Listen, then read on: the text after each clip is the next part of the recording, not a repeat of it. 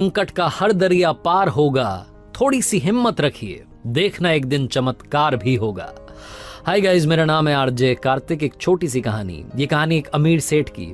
एक सिटी के सबसे अमीर सेठ थे, बहुत सारा पैसा था, बहुत सारे बिजनेसेस चल रहे थे, बहुत सारी फैक्ट्रीज के मालिक थे, कहीं कोई कमी नहीं, हर तरीके से संपन्न थे। एक दिन अपनी फैक्ट्री का दौरा करके शाम में घर लौटे थे। बड़ा सा बंगला, आलीशान बंगला। अंदर पहुंचे तो देखा कि घर वाले सारे लोग जो थे पूजा पाठ कर रहे थे, शाम की आरती चल रही थी। सेठ जी को भगवान से थोड़ी डिस्टेंस बनाने में मजा आता था। वो नास्तिक टाइप के थे, वो दूर रहते थे।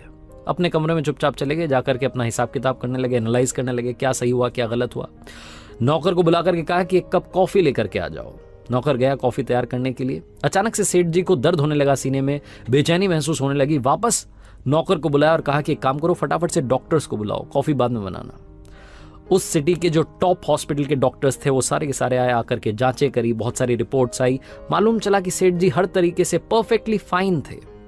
सेठ जी ने कहा कि मुझे तो अभी भी बेचैनी हो रही है, मेरे लिए तो दवाइयां लिखिए। डॉक्टर्स ने कहा कि आप ठीक हैं, कहाँ परेशान हो रहे हैं। फिर भी सेठ जी का मन था, वो अंदर ही अंदर अजीब सा महसूस कर रहे थे। तो डॉक्टर्स ने दवाइयां लिख दी और साथ में नींद की गोली लिख दी कि अगर नींद ना आए तो ये भी ले लेना, लेकिन आप आज आराम करना, किसी बात की वजह से शायद आप परेशान हैं, इसीलिए आपको बेचैनी हो रही है। नौकर ने खाना तैयार किया, दवाइयां लेकर के आ चुका था।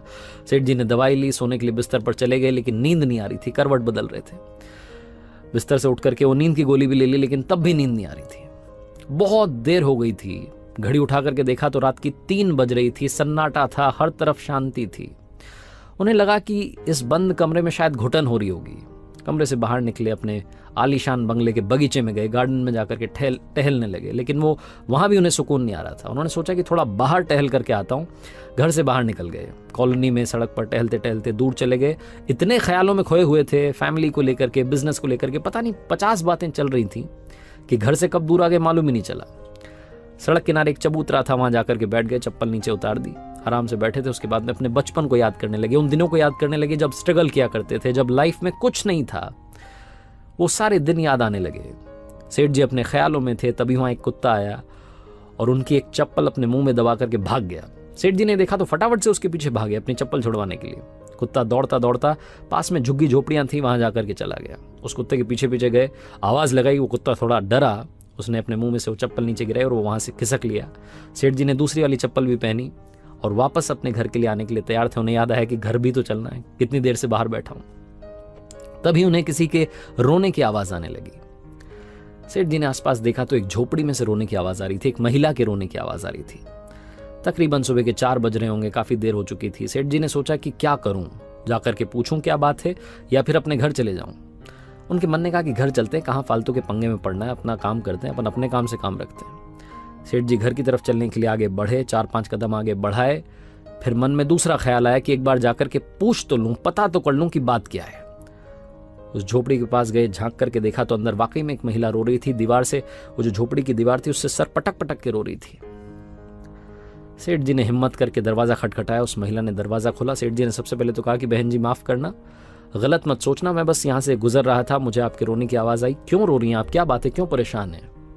तो उस महिला ने बताया कि बाबूजी क्या बताऊं, यहाँ पर आप देखिए मेरी 7 साल की बच्ची है, सोई हुई है जमीन पर, ये बीमार है। डॉक्टर्स कह रहे हैं कि इसके ऑपरेशन के लिए बड़ा खर्चा होगा, लेकिन कोई मुझे पैसे नहीं दे रहा है, मदद करने के लिए तैयार नहीं है। सेठ जी ने कहा तो इसमें रोने से क्या होगा, रोने से आपको थोड़ा ना पैसा मिल जाएगा, रोने से कोई थोड़ा ना आपकी मदद कर देगा। और ये सुबह सुबह क्या रो रही हैं आप, इससे कुछ नहीं होने वाला। आपको मदद मांगनी है तो जहां आप काम करती है, कहाँ आप काम करती हैं? तो उस महिला ने बताया कि मैं तो घर घर जाकर के झाड़ू पोछा करती हूँ। तो सेठ जी ने कहा कि उनसे मदद मांग लेती है, रोने से कुछ नहीं होने वाला। तो उस महिला ने कहा कि रो तो इसलिए रही थी क्योंकि कल एक बाबा जी यहाँ से निकले थे। उन्होंने कहा था कि बेटा सुबह 4 बजे कल रोना शुरू करना और ऊपर वाले को याद करना, लगातार प्रार्थना करना, देखना चमत्कार होगा।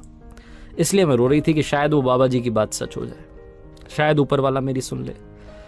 सेठ जी ने जब ये सुना तो उनका दिल पिघल गया। उन्होंने फटाफट से कॉल किया, एम्बुलेंस आई, डॉक्टर्स को कॉल कर दिया कि इस बच्ची का ऑपरेशन होना है, जितना खर्चा होना है वो सब आप मुझसे लेना, आप इस बच्ची को ठीक कर दो, स्वस्थ कर दो। और उस महिला को कहा कि आप कल से ही मेरे यहाँ पर आकर के नौकरी शुरू कीजिए, मेरे पास बहुत सारी फैक्ट्रीज हैं, आपको जहां काम करना है वहां काम करना। उस महिला के रहने के लिए अपना सर्वेंट क्वार्टर भी दे दिया। सेठ जी की जो बेचैनी थी वो तो उसी वक्त खत्म हो गई थी जब उन्होंने एम्बुलेंस को कॉल किया था, डॉक्टर से बात की थी, लेकिन मन में एक शंका थी, एक डाउट था जो लगातार चल रहा था। सेठ जी सोचने लगे कि मैं ऊपर वाले से इतनी डिस्टेंस रखता हूँ, नास्तिक हूं, मुझे मतलब ही नहीं है, लेकिन क्या वाकई में ऊपर वाला है? ये क्या चक्कर है कि वो बाबा जी ने कहा कि 4 बजे रोना शुरू करना। मैं वहां पर किस्मत से पहुंच गया और उस महिला की मैंने मदद कर दी।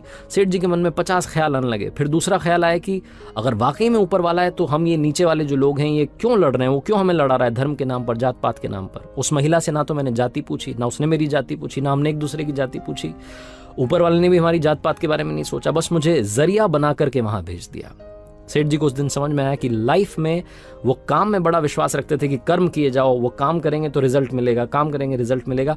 उस दिन एक और बात समझ में आई कि काम के साथ साथ, वर्कaholic होने के साथ साथ दूसरों की मदद करना, वो ह्यूमैनिटी का भाव रखना भी बहुत जरूरी है। सेठ जी को उस दिन समझ में आया कि जब मैंने किसी की मदद करी तो मुझे सुकून मिला, वो जो अंदर की बेचैनी थी वो खत्म हो गई। दुनिया में ऊपर वाले ने सिर्फ एक धर्म बनाया जिसे ह्यूमैनिटी कहते हैं, मानवता कहते हैं, इंसानियत कहते हैं।